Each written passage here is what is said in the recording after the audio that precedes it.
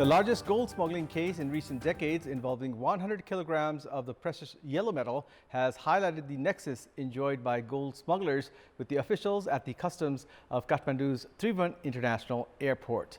10 individuals have been arrested in the gold smuggling case so far, as the gold had passed the Tribhuvan International Airport customs and was seized from a taxi near the airport.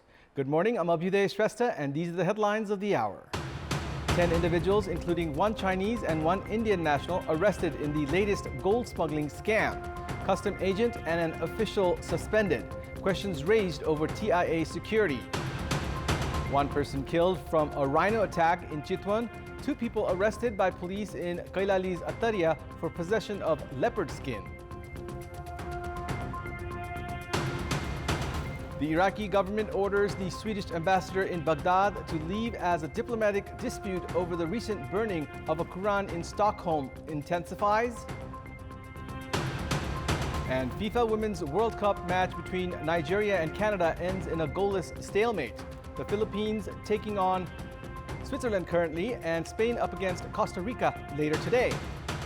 Nepal police have arrested 10 individuals, including one Chinese and another Indian national, in connection with the seizure of 100 kilograms of smuggled gold. The Customs Department has suspended one of its officials deployed at the Tribhuvan International Airport and one customs agent. The department has also formed a 6-member team to probe into the gold smuggling, while it is on the lookout for the owner of the confiscated gold. The Revenue Investigation Department arrested brake shoe importer company operator Dilip Bhujel, taxi driver Ashok Lama, and customs agent Rajendra Kumar Rai.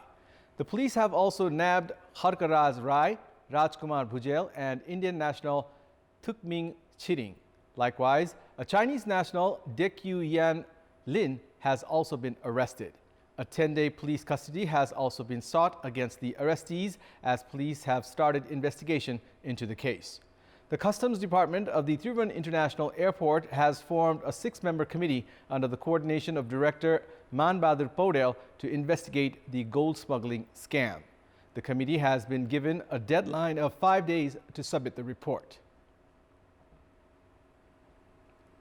More than 600 kilograms of gold that had been smuggled into Nepal have been seized within the past 9 years. Nepal Police, Armed Police Force, and Customs and Revenue Departments have collectively recovered 665 kilograms of illegal gold since the Nepali fiscal year 2071-72. 706 individuals involved in gold smuggling have been arrested within the time period. It is being speculated that the illegal gold is being smuggled from Hong Kong, Dubai, and China, among other countries. Prior to this, police had arrested a porter who had smuggled 88 kilograms of gold using Raswagari Transit. A number of gold and silver traders in Kathmandu had been arrested for their involvement in the case back then. According to the police data, within the past 9 years, they had seized more than 200 kilograms of gold within the fiscal year 2074-75. Likewise, in the fiscal year 2071-72, 171 kilograms of illegal gold had been seized. Police data show that 98 individuals, along with 72 kilograms of illegal gold, had been arrested in the year 2072-73. Likewise, 85 people with 64 kilograms of illegal gold in 2073-74, 115 people with 52 kilograms in 2075-76, 30 individuals with 30 kilograms in 2076-77, 55 people with 32.5 kilograms in 2077-78, and 88 individuals with 24 kgs in 2078-79, along with 91 individuals with 11 kilograms of illegal gold in the previous fiscal year had been arrested. There are presently 3 international airports operational in the country. The 3 international airports are significant from the point of view of development and tourism, and equally sensitive security-wise. Even as the Pokhara and Gautam Buddha international airports have failed to operate desired international flights, security concerns have been raised over the Tribhuvan International Airport, the country's busiest airport. A Cathay Pacific flight on 18th of July landed at the Tribhuvan International Airport from Hong Kong at 2 minutes past 10 p.m. earlier this week on Tuesday. The cargo goods were sent for routine checkup at the Tribhuvan International Airport Customs and easily cleared the customs screenings with officials Santosh Chand and Kumar Dhakal on duty. However, the Revenue Investigation Department on Wednesday seized the smuggled gold hidden in brake shoes of two-wheelers. An estimated 100 kilograms of gold has been seized. However, the incident has given way to a number of questions regarding the Tribhuvan International Airport's security mechanism. All the 4 security bodies are deployed for the security at the Tribhuvan International Airport. There is an outer security cordon of Nepal Army, while Nepal Police, Drug Control Bureau, Valley Crime Division, Armed Police Force are deployed for the inner security. Even as the security officials are assigned to check the people leaving the country, they are not authorized for the security checkup of people entering Nepal. The security check, including X-ray, falls under the jurisdiction of customs officers. This, in fact, has given way to wider nexus between gold smugglers and custom officials. The gold seized late Wednesday is the latest point in the case. There have been a number of matching incidents in the past when smugglers had managed to clear the security screenings, which has given way to rising concerns over the security arrangement at the Tribhuvan International Airport. In our Public Voice segment, we had asked people in several provinces regarding ways to prevent smuggling through customs check. Let's take a look at what they had to say.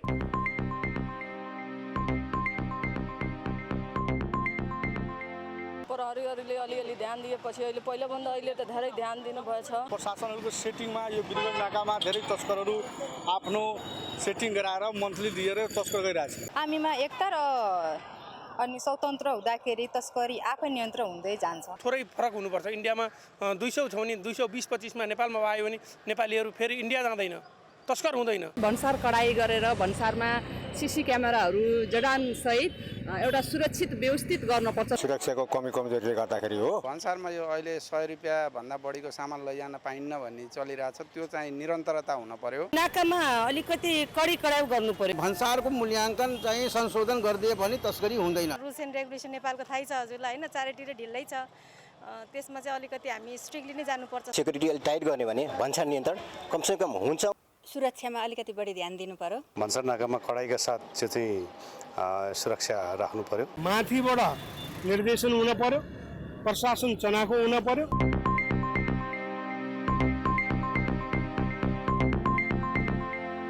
A person was killed from a rhino attack in Chitwan. Spokesperson for the District Police Office Chitwan, DSP Bijay Raj Pandit, informed that the dead body of 75-year-old Navraj Adhikari of Ratnanagar 6 was found at the Central Community Forest of Bagmara, Ratnanagar 7 at around 7:30 this morning. Search for Adhikari was carried out until late last night after he didn't return from going into the forest yesterday evening. Meanwhile, police have arrested 2 people in Kailali's Ataria for the possession of leopard skin. The joint team of the Nepal Police Province Office Mahendranagar and Area Police Office Malakheti arrested the 2 individuals from the ring road in Ataria, Godavari Municipality 2 of Kailali District. Those arrested have been identified as 65-year-old Dev Singh Bishta of Baitari's Gogada Kedar Rural Municipality 2 and 30-year-old Harkabadur Bishta of Patan Municipality 8, also in Baitari. According to the police, they were captured after receiving a tip-off. Political parties have been raising the issue of good governance by giving priority to it. However, the parties have neither moved ahead by completely following the party statute, nor have they focused on internal good governance.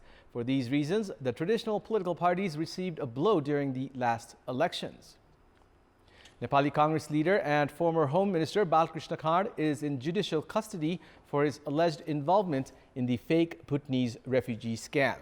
Names of other leaders of Nepali Congress have also been linked to the scam. Let alone taking action against those involved in the scam, Nepali Congress didn't even present an agenda related to the case at its ongoing Central Committee meeting. Meanwhile, discussions are going on at the meeting on a campaign to transform the party by increasing the number of party members. Meanwhile, main opposition CPN-UML is busy with its mission grassroots by changing the areas of the party leaders. CPN-UML is worried that its number of membership renewals will decline and is making efforts to save members who have been dragged into the controversies of Lalita Niwas land scam and the fake Bhutanese refugee scam. CPN Maoist Center, which is leading the government, has begun 2 campaigns that are connected with the public. However, the party has not given any interest in the gold scam in which the party's vice chairperson Krishna Bahadur Mahara and his son have been linked to. Experts opine that the traditional and established parties have not been able to play a role in the country's good governance and have not been able to bring programs that are focused on the general public. It's time now for our segment Public Pulse, where you text us with your opinion. Public Pulse. Here's the question: what should be done to make digital health service more effective? Your options are A, digital awareness, B, easy access to internet, and C, modernization of hospitals. The voting is on. Type NEWS, select your option A, B, or C, and send it to 34001 to share your opinion with us. And it's time now for the international updates.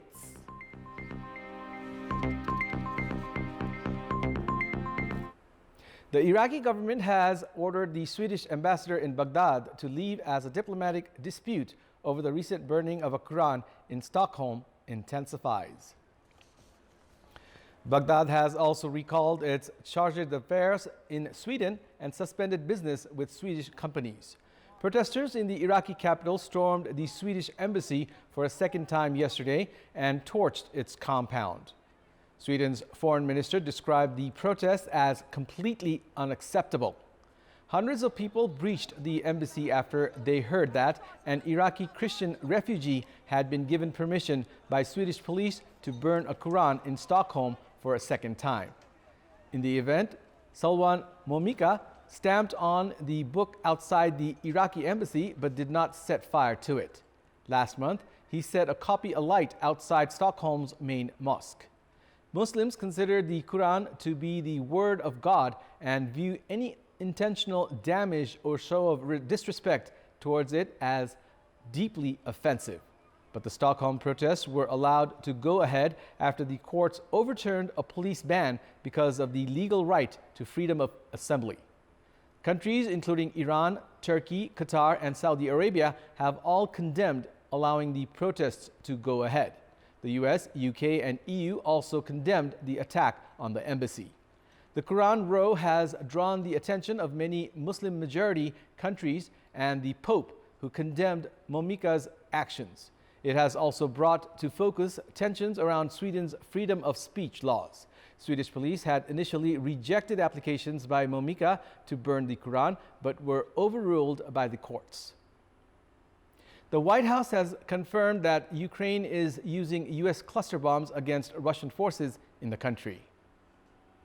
National Security spokesman John Kirby said initial feedback suggested they were being used effectively on Russian defensive positions and operations. Cluster bombs scatter multiple bomblets and are banned by more than 100 states due to their threat to civilians. The U.S. agreed to supply them to boost Ukrainian ammunition supplies. Ukraine has promised the bombs will only be used to dislodge concentrations of Russian enemy soldiers.